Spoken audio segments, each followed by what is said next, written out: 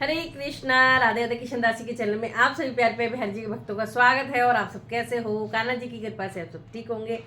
तो सभी मित्रों को उत्पन्ना एकादशी की बहुत बहुत बधाई हो। आज उत्पन्ना एकादशी है। आज इस एकादशी से ही सभी व्रतों की एकादशी की शुरुआत हुई थी। तो जो भी व्रत करना चाहते हैं, शुरू करना चाहते हैं, तो आज से ये व्रत शुरू कर सकते हैं। हाथ में तुलसी पत्ता, फूल या तिल ले सकते हैं कथा सुनते वक्त, और फिर कथा सुनने के बाद श्री हरि के चरणों में अर्पित कर सकते हैं। आपको उस दिन चावल नहीं खाने हैं, ना ही भोग लगाने हैं।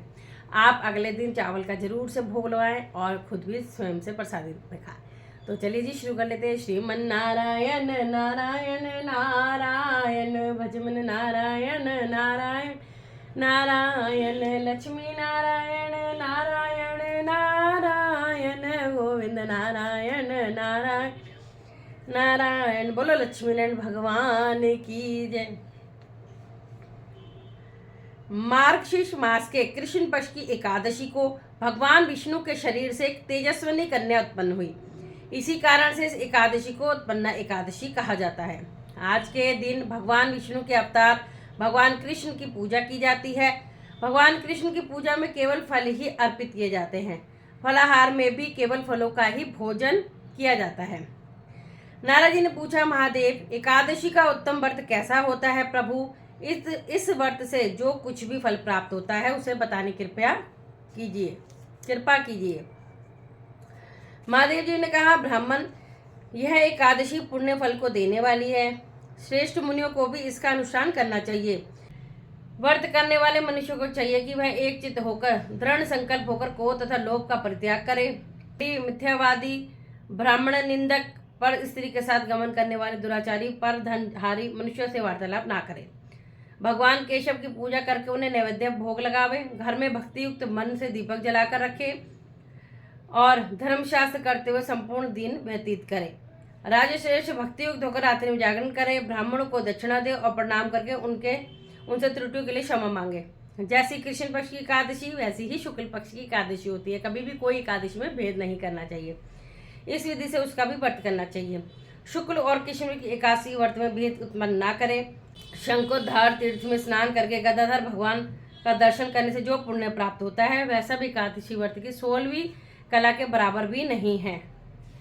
प्रभात क्षेत्र में चंद्रमा सूर्य ग्रहण के अवसर पर स्नान दान से जो पुण्य होता है वह निश्चय ही एकादशी को उपवास करने वाले मनुष्य को मिल जाता है। पृथ्वी पर अश्वमेध यज्ञ का जो फल होता है उससे 100 गुना अधिक फल एकादशी व्रत करने वाले को मिलता है। जिसके घर में तपस्वी एवं श्रेष्ठ ब्राह्मण भोजन करते हैं उनको जिस फल की प्राप्ति होती है वह फल एकादशी व्रत करने वाले को भी अवश्य मिलता है। वेदांगों के पारगामी विद्वान ब्राह्मण को सहस्त्र गोदान करने से जो पुण्य मिलता है उससे 100 गुना पुण्य एकादशी व्रत करने वाले को प्राप्त होता है, जो देवताओं के लिए भी दुर्लभ है। रात को भोजन कर लेने पर उससे आधा पुण्य प्राप्त होता है तथा दिन में एक बार भोजन करने से देहधारी को नक्त भोजन का आधा फल मिलता है। इसलिए पांडव श्रेष्ठ, तुम इस व्रत का अनुष्ठान करो। कुंती नंदन है गोपनीय एवं उत्तर व्रत है जिसका मैंने तुमसे वर्णन किया है।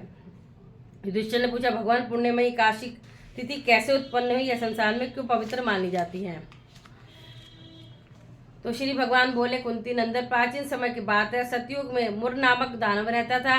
वह बड़ा ही अद्भुत, अत्यंत रौद्र तथा संपूर्ण देवताओं के लिए भयंकर था। उस काल रूपधारी दुरात्मा महासुर ने इंद्र को भी जीत लिया था। संपूर्ण देवता उससे परास्त होकर स्वर्ग से निकाले जा चुके थे और शंकित तथा भयभीत होकर पृथ्वी पर विचरण करते थे। एक दिन सभी देवता महादेव जी के पास आ गए। वहां इंद्र ने भगवान शिव के आगे सारा हाल कह सुनाया। भगवान शिव कहते हैं, युधिष्ठिर, महादेव जी की बात सुनकर परम बुद्धिमान देवराज इंद्र संपूर्ण देवताओं के साथ वहां गए। भगवान क्षीर सागर के जल में सो रहे थे। उनका दर्शन करके इंद्र ने हाथ जोड़कर स्तुति आरंभ की। इंद्र बोले, देवेश्वर, आपको नमस्कार है। देवता और दानव दोनों ही आपकी वंदना करते हैं। पुंडरीकाक्ष, आप दैत्यों के शत्रु हैं। मधुसूदन, आप लोगों की रक्षा कीजिए। जगन्नाथ, संपूर्ण देवता मुर नामक दानव से भयभीत होकर आपकी शरण में आए हैं। हमें बचाइए, हमारी रक्षा कीजिए। हम सब लोग आपकी शरण में आए हुए देवताओं की सहायता कीजिए। प्रभु, अत्यंत उग्र स्वभाव वाले महाबली मुर नामक दैत्य ने संपूर्ण देवताओं को जीतकर इन्हें स्वर्ग से निकाल दिया है। इंद्र की बात सुनकर भगवान विष्णु बोले, देवराज, यह दानव कैसा है, उसका रूप और बल कैसा है तथा उस दुष्ट के रहने का स्थान कहाँ है? इंद्र बोले, देवेश्वर, पूर्व काल में ब्रह्मा जी के वंश में ताल झंग नामक एक महान असुर उत्पन्न हुआ था, जो अत्यंत भयंकर था। उसका पुत्र मुर नामक के नाम से विख्यात हुआ। वह भी अत्यंत उत्कट महापराक्रमी और देवताओं के लिए भयंकर है। चंद्रावती नाम से प्रसिद्ध एक नगरी है, उसी में स्थान बनाकर वह निवास करता है। इंद्र का कथन सुनकर भगवान जनार्दन को बड़ा क्रोध आया।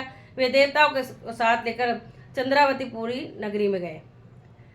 देवताओं ने देखा दैत्यराज बारंबार गर्जना कर रहा है। उसे परास्त होकर संपूर्ण देवता 10 दिशा में भाग गए। अब वह दानव भगवान विष्णु को देखकर बोला, खड़ा रह। उसकी ललकार सुनकर भगवान के नेत्र क्रोध से लाल हो गए। वे बोले, अरे दुराचारी दानव, मेरी इन भुजाओं को देख। यह कहकर श्री विष्णु ने अपने दिव्य बाणों से सामने आए हुए दुष्ट दानवों को मारना आरंभ कर दिया। दानव भयभीत हो गए। तत्पश्चात विष्णु ने दैत्य सेना पर चक्र का प्रहार किया। उससे छिन्न भिन्न होकर सैकड़ों दुष्ट दानव मौत के मुंह में चले गए। इसके बाद भगवान मधुसूदन बद्रिकाश्रम को चले गए। वहां सिंहामती नाम की गुफा थी। पांडुनंदन उस गुफा में एक ही दरवाजा था। भगवान विष्णु उसी में सो रहे थे। दानव मुर भगवान को मार डालने के प्रयास वहां उनके पीछे लगा रहा। वहां पहुंचकर उसने भी उसी गुफा में प्रवेश किया। भगवान को सोते देख उससे बड़ा हर्ष हुआ। उसने सोचा, यह दानव को भय देने वाला देवता है, अतः निसंदेह इसे मार डालूंगा। दुष्ट दानव के इस प्रकार विचार करते भगवान विष्णु के शरीर से कन्या प्रकट हुई, जो बड़ी ही रूपवती, सौभाग्यशालिनी तथा दिव्य अस्त्र शस्त्र से युक्त थी। वह भगवान के तेज के अंश से उत्पन्न हुई। उसका बल और पराक्रम महान था। युधिष्ठिर दानवराज मुर ने उस कन्या को देखा। कन्या ने युद्ध का विचार करके दानव के साथ युद्ध के लिए ललकारा। युद्ध छिड़ गया। कन्या सब प्रकार की युद्ध कला में निपुण थी। वह मुर नामक महान असुर उसके हुंकार मात्र से राख का ढेर हो गया।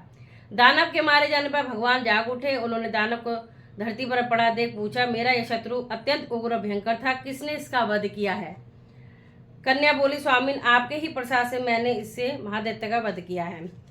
श्री भगवान ने कहा, कल्याणी, तुम्हारे इस कर्म से तीनों लोगों के मुनि और देवता आनंदित हुए हैं। अतः तुम्हारे मन में जैसी रुचि हो उसके अनुसार मुझसे कोई वर मांगो।